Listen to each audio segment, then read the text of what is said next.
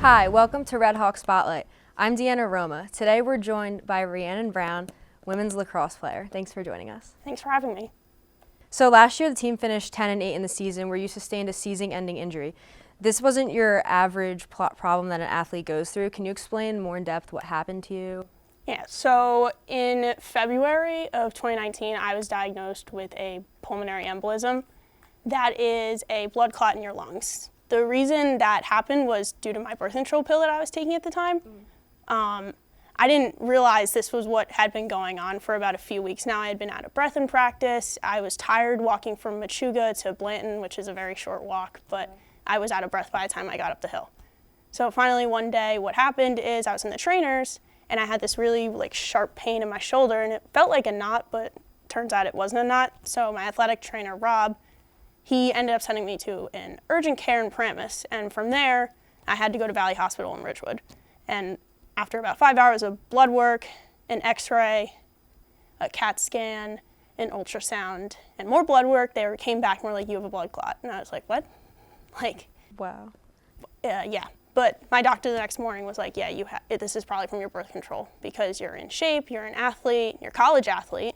That's the only thing that makes sense. So what other symptoms led you to go to the doctor? Was it just the breathing and not being able to breathe during practice and then walking back to your dorm and stuff? Yeah, the breathing was the huge thing that I noticed because I felt really weak. And so when I was in the urgent care, I started to sweat a lot, profusely sweat.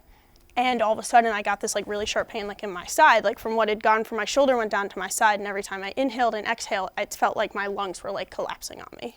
Can you take me through the process of getting healthy again and getting back on the field after you found out about your diagnosis? After you have a blood clot, you have to go on blood thinners because when you have a blood clot, you can't treat the clot itself. They break up throughout your veins, and once you have that, you're automatically more susceptible to another clot forming. So they put you on blood thinners to prevent that risk. So I had to take blood thinners for 3 months. And this happened in February, in the beginning of our season, so that meant I was out for the season because when you're taking blood thinners, you bruise like a peach. And there's a severe risk of internal bleeding when you're playing in contact sports. My doctor was like, yeah, no, you're done. So it was a long and tough process, and once I got out of the hospital, I had to stay home for a week because I was still having constant pain throughout my body. But once I got back, my teammates and my family and my friends, everyone was so supportive of me. So that's really what got me through because even though it took a physical toll on me, it also took an emotional toll on me. Yeah, so can you tell me more about that too? So obviously it was physically hard, but mentally it had to be tough too. So how'd you stay focused when you couldn't get onto the field and you couldn't physically practice and do anything physical? Yeah, so there were 3 of my teammates in particular really helped me through this. Their names were Tristan, Kate, and Morgan, and all 4 of us were out for the season due to not typical injuries or ailments for lacrosse players. All 4 of us had to stand on the sideline and watch our teammates play the sport that we love, knowing that there was no chance we were going to get out. So what we would do is we would try to pass the ball with each other or just hang out on the sideline, work out as much as we could, and we were allowed to. But those 3, and along with the rest of my team and my friends and my family, all helped me get back to where I am today. And it really comes down to keeping your head up. There were days where I was like, why am I even still here?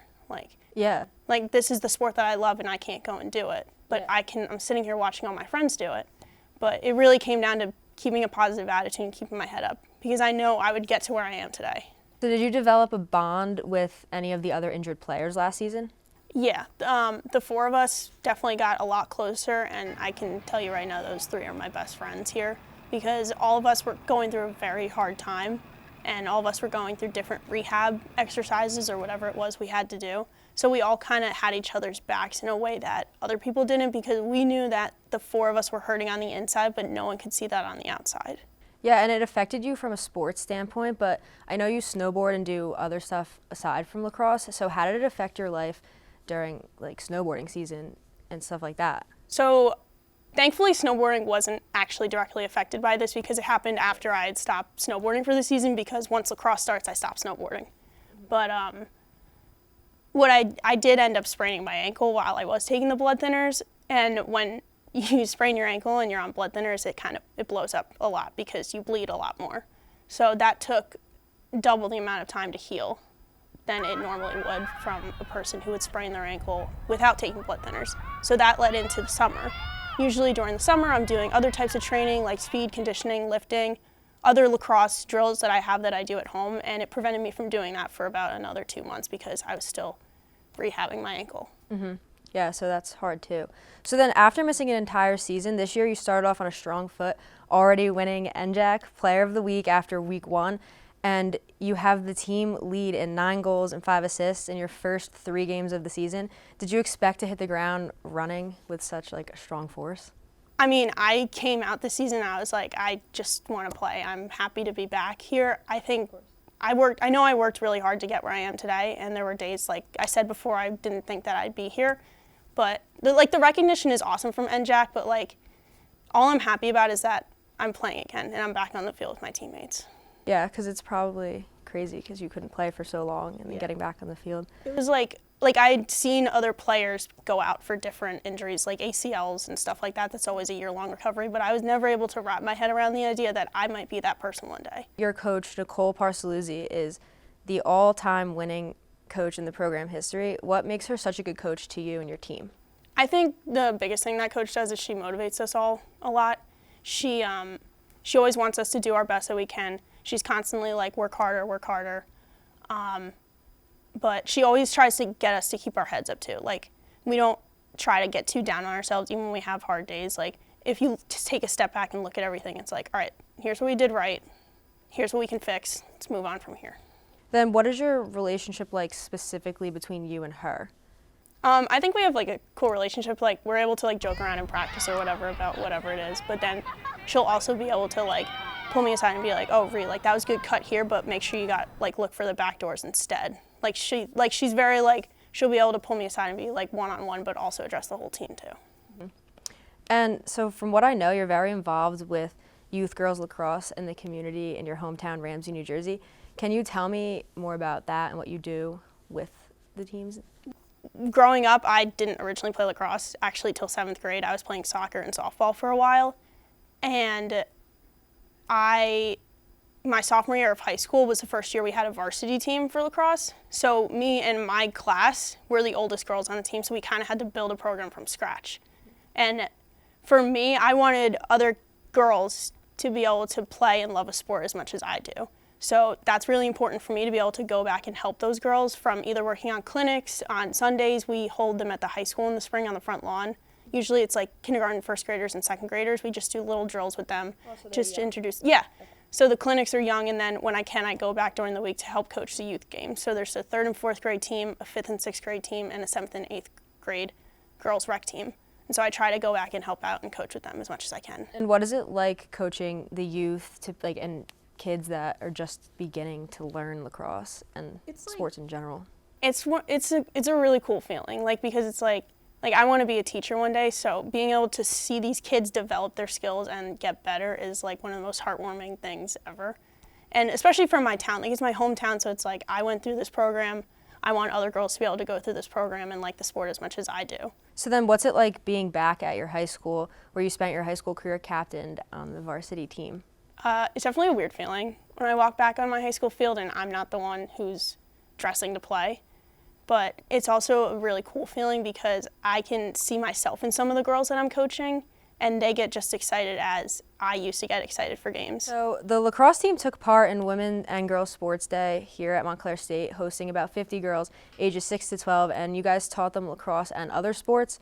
What was that experience like? Because you're at Montclair, coming from your high school and then now doing that over here at Montclair. Yeah, so that's it's definitely different than going home, because when I go home, I know most of the girls because my town is kind of small, so we all kind of know each other, and I've been coaching the same group of girls for a while. But coming here, it was really cool to see a whole fresh group of girls that I had never met before and be able to still teach them the same skills and still see the same reactions and light in their eyes when they figured out how to catch the ball or how to throw it. Did you play any other sports in high school? Yeah, so I played soccer all 4 years in high school. I actually played soccer longer than I played lacrosse because I started playing around 1st or 2nd grade, and I played all the way up through high school. Soccer was a really cool experience because I played with the same group of girls growing up, and they were some of my best friends, so it was cool to see us grow up and walk out on our senior night all together because we'd been playing together for so long. Did you always know that you were going to end up playing lacrosse as a college athlete? For a small time, I thought about playing soccer or softball, but then I started playing lacrosse and I was like, oh, I really like this. And then I joined the travel team, and from travel, they started with the recruiting process, and here I am today. What are like some superstitions or rituals that you partake in? Personally, I have an apple before every game. I've been that way since my freshman year of high school. Before any game, soccer or lacrosse, I always have an apple. I also write on my wrist with a Sharpie, I write 4 sets of initials. So the first 3 are smaller, and they are Tristan, Morgan, and Kate's initials. And then I write HTR, and HTR stands for hold the rope. We did like a team bonding exercise my freshman year on our spring break because we had a huge game the next day against St. John Fisher, who was a ranked team at the time. And the hold the rope exercise basically showed us how we have to have each other's backs on and off the field. And we ended up beating St. John Fisher 12-11, so hold the rope just kind of stuck with me. So the women and men's lacrosse games are pretty different when it comes to physicality. Would you ever want the women's game to go the route that the men's team goes? Personally, no. I like women's lacrosse better than men's lacrosse. Not that I don't like men's lacrosse. I think men's lacrosse is awesome to watch, but I like women's lacrosse better because I like playing it better, and I think that if we were to get more physical. I mean, women's lacrosse can get physical sometimes, even though it's not technically supposed to happen, it can get physical, but I think if the rules were changed a little bit to allow more hits and contact, it would kind of take away from the game that we already have. Yeah. And then what would you say the best part of the women's lacrosse program is overall? Probably the best part of our program is that I've personally met my best friends ever on this team, and people that like lacrosse just as much as me. Like, growing up, lacrosse wasn't huge in my town yet, so I was kind of like one of the few people that was like really into it, like watching the D1 games every day, like they were on, like going out after practice to hit the wall or something like that. Like, it was still becoming a new thing, but then I got here and I met so many people that were just like me. And it's nice, it's awesome. Well, thanks for joining us today. That's all we have for Red Hawk Spotlight. I'm Deanna Roma.